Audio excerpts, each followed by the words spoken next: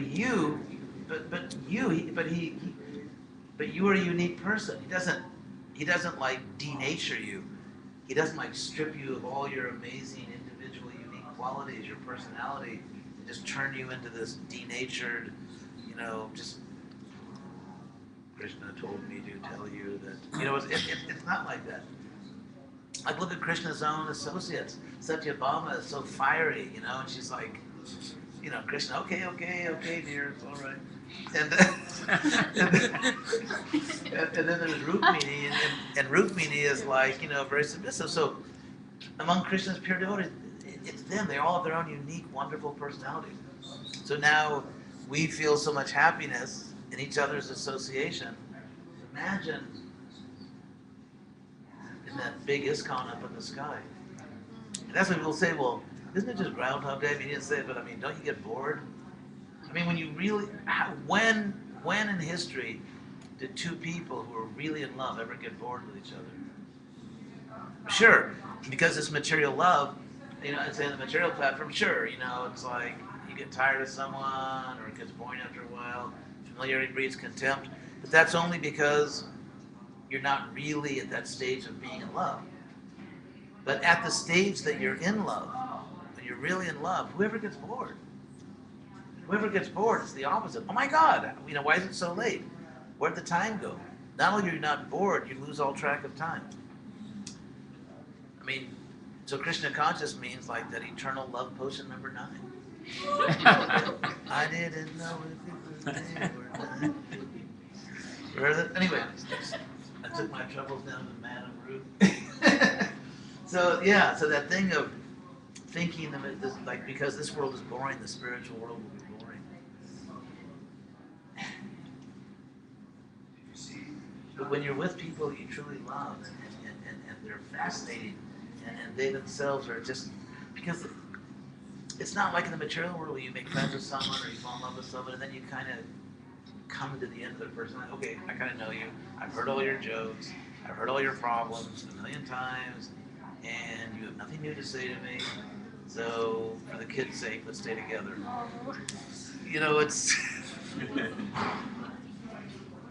that's a sublime picture of married life. But anyway, so I was thinking about when you said you sometimes you just have enough says, I don't want to go there. I was thinking household life. But actually, when two people really love each other as souls, then there's real respect for the other person. Both people are progressive, they're intelligent, they're living, they're really living and learning. Then they're growing together. Because otherwise, if you have a relationship, or one person, it could be marriage, it could be friendship, it could be anything. But if one person is growing and the other is not, it's like they get smaller and smaller as you rise. And that's why real relationship, say whether it's marriage or friendship or whatever, or guru disciple, client teacher relationship, it's I mean, yes, we have to be growing. If we're really growing and chanting and advancing, it's because then the two people together are seeing newer and newer vistas and beauties. It's like this great bumper sticker I saw. When you're not the lead dog, the scenery never changes.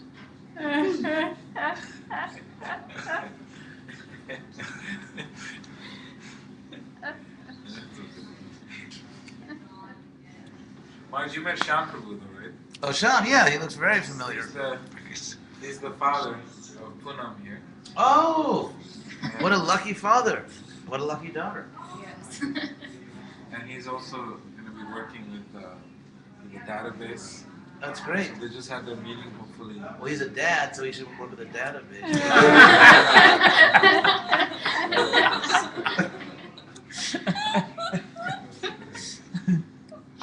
The data movement. Yeah, that's great. Thank you very much. Yeah, we have to do Krishna West. We really, for Prabhupada's sake, we've got to do this for Prabhupada.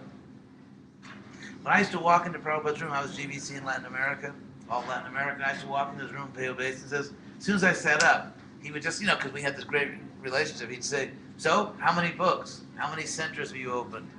How many devotees? He just make my day, to give me good news. And so I always would. I'd always go, and that was my whole life. It was just like my whole happiness life was just to go out there, work hard, and just try to make some good news to bring to Prabhupada. That was life. To the point. What? It was so to the point. Yeah, when Prabhupada came to Gainesville in 1971, I was in Gurhasta. That's the true vowel R, actually. I was a Gurhasta, and Prabhupada came to Gainesville. I was temple president in 1971, and so he flew to Jacksonville. In those days, there were no commercial flights to Gainesville, and in those days, there was no airport security. We hadn't advanced to that point. So we just went right to the gate where Prabhupada was coming in, and he came through the gate, and all the pastors coming. So naturally, I offered obeisances, and it's like I never thought. Cause I was just like 22 years old. Like I'm making Prabhupada to stand there. Should have offered. So as soon as I stood up, the first thing Prabhupada said to me was, "Which way? Let's go. Which way?" I remember that. I bowed down, got up, and he said, "Which way?"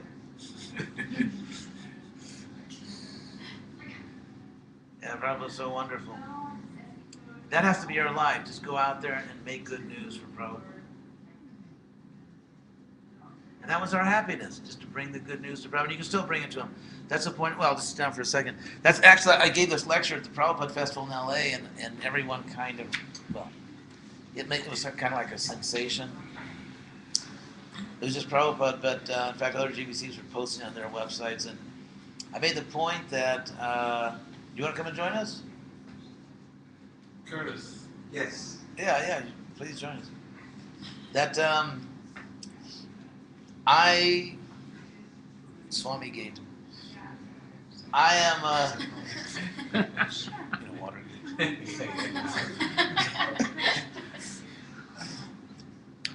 that Prabhupada is my Diksha Guru, but that doesn't mean that automatically I have a closer relationship with Prabhupada. Because actually, when Prabhupada presented himself in formally important situations, leaders and so on, he never said, "I'm the Diksha Guru of ISKCON." He said, "I'm the founder Acharya," which is a much higher position. Because in the Nectar Devotion, chapter 6, the distinction is made that the founder Acharya actually opens the path. And then we are all on that path. It's I always give this example. It's like Prabhupada came down with this, sitting on this huge Vaikuntha bulldozer. Then he just, dozer. And then he just came down to this jungle of Kali Yuga, and just bulldozed this super highway through the jungle of Kali Yuga. And so we're all on that highway. It's not that because I'm a guru, I have my own path, or I make my own path, or my disciples should follow my path. I mean, that's all nonsense. We're all on Prabhupada's path, and that's what oh, thank you. Cardápio, por favor. Um minuto, senhora. Said menu, please. So we're all on Prabhupada's path because he's the founder of Acharya. And on that path, it's just like, imagine if a highway opens up, the highway to freedom, and everyone's going down that highway to freedom. So those who are a little stronger, or those who are a little more experienced, they help the others along. That's all it is. That's what we're all doing. I mean, everyone here in their own way is a guru. Diksha, Shiksha. I mean, Diksha, Shiksha, or Vartana Pradarshika.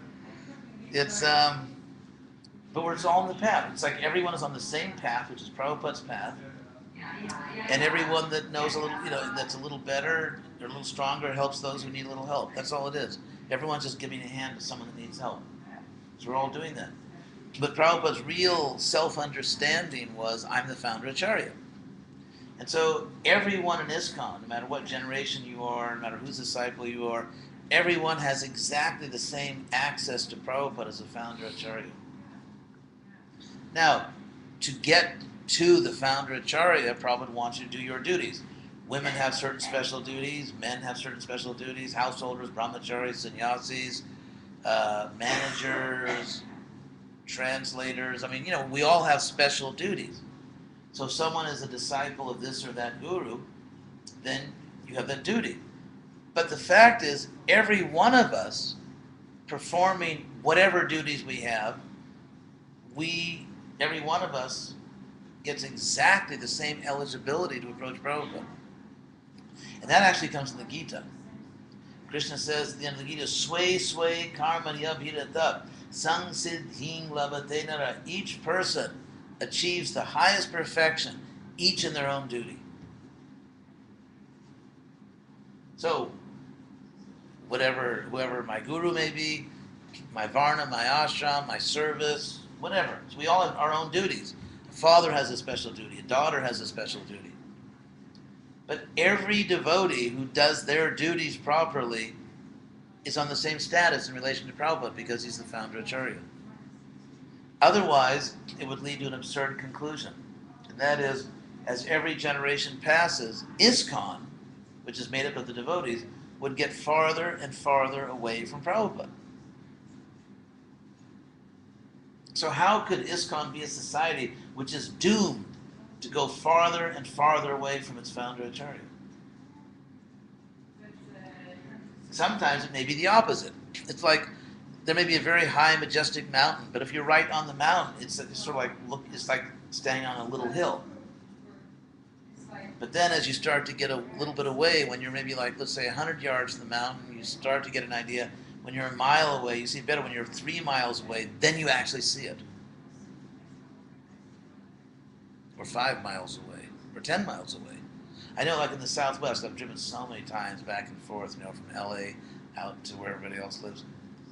And it's when you drive across the Southwest, or even the Rocky Mountains, it's just like normal. You're always seeing something which is like 50 miles in front of you, because they don't have unnecessary luxury items like trees.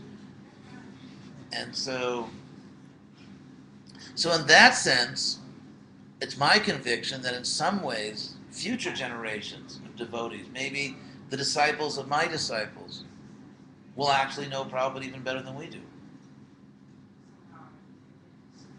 because they have better perspective. This is more along the line of What's that? The 10 Commandments. When Moses takes his people across the river, and then when Moses leaves, there's disarray, and then those who kept the path survived, and those who fell away were destroyed. Yes. So Prabhupada is every devotee in ISKCON can approach Prabhupada to the degree they surrender to him, to the degree they love him. Everyone has the same opportunity. Doesn't matter who you grew with. I mean, if I have a disciple that loves Prabhupada more, that disciple will have a more intimate relationship with Prabhupada than me. They're not jumping over because that disciple will honor the normal etiquette to the guru. But it's like, for example, all of us follow the law in different ways. I mean, let's say if you're driving, you follow the traffic laws. If you're doing business, you follow contract law. But no matter what sector of society we're in, no matter what business we're in or what field, if each of us follows, because there are laws governing every different, financial sector, different industries and so on, there's regulations.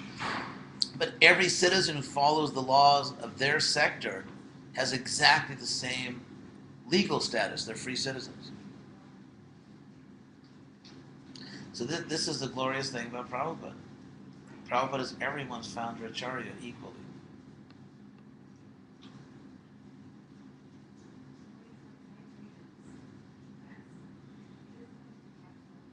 Anyway, that's my message. And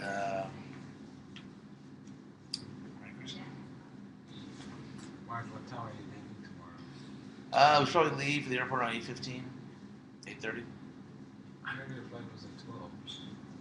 11, or 12. No, it arrives at 12:25 in Dallas. It's 10:30. Boarding time is 10:30. Oh. That's what it says. So I Mark, read you want to leave here at 8 o'clock? 8:30. Get there around 9. I always like to get there early. Who's driving you?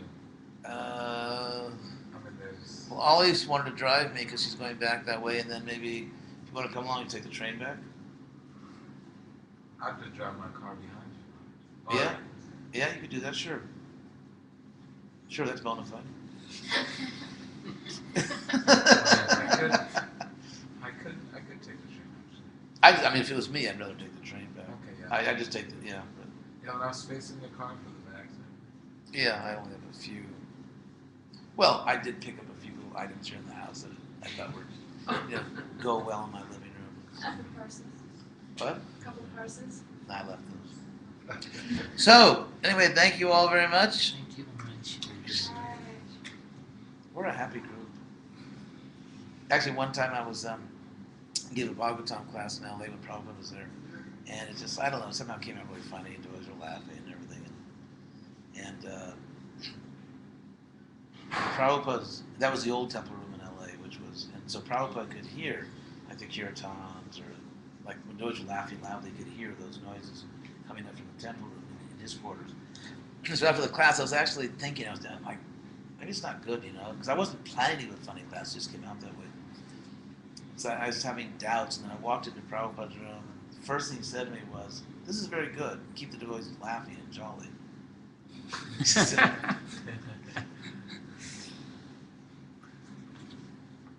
So, buenas noches, Shubha Naktam. Maharaj, we hope you'll come more often to Atlanta. I hope so too. I mean, there was a time when actually my health was not so good, but the problem has been diagnosed and corrected, and so I'm again will be a public menace and be traveling more.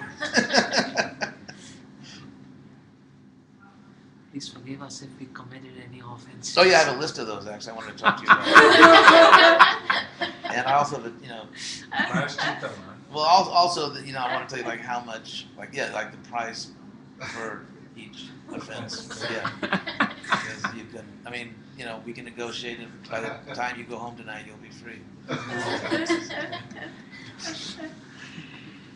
Hare Krishna.